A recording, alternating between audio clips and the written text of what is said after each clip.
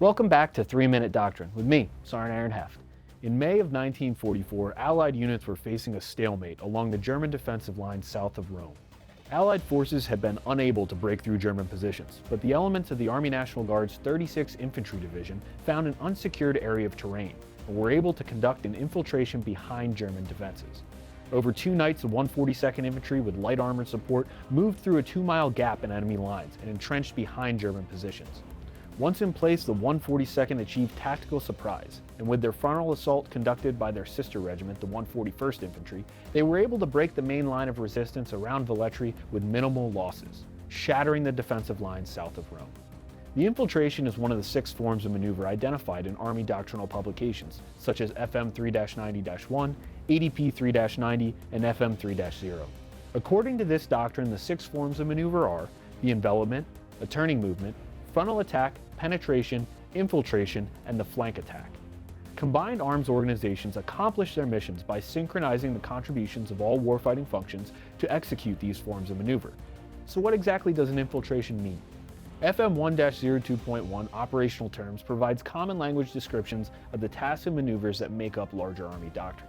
If you're looking to understand something described in another publication, operational terms is a place to check. According to FM 1-02.1, the infiltration is a form of maneuver in which an attacking force conducts undetected movement through or into an area occupied by enemy forces to occupy a position of advantage in the enemy rear, while exposing only small elements to enemy defensive fires. Infiltrations are used by a commander to move all or a portion of his unit through gaps in the enemy's defenses. To successfully infiltrate, the unit must avoid detection or engagement during their movement. Infiltration is not often the only means to defeat an enemy force, but serves in conjunction or support with other forms of offensive maneuvers. Infiltrations can be conducted for a variety of reasons. Most commonly, they're used to recon enemy positions and conduct surveillance of areas of interest, attack enemy-held positions from an unexpected direction, establish support by fire positions to support a decisive operation, secure key terrain, or conduct ambushes and raids. To make their attack successful, the 142nd Infantry followed the key elements of conducting an infiltration.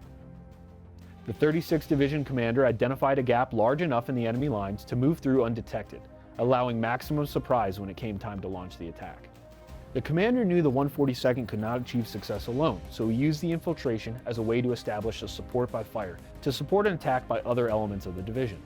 Traditionally, infiltrations were executed by light infantry or special forces units, but in today's modern battlefield, technology makes it possible for armored or striker units to conduct successful infiltrations, especially when coordinated with precision fires.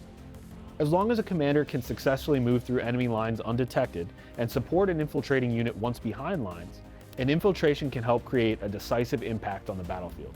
And as we just discussed, that's precisely what the 142nd did. And the rest, well, that's history. When you're planning your next offensive operation, remember to reference some doctrine and draw from the experiences of those who came before us.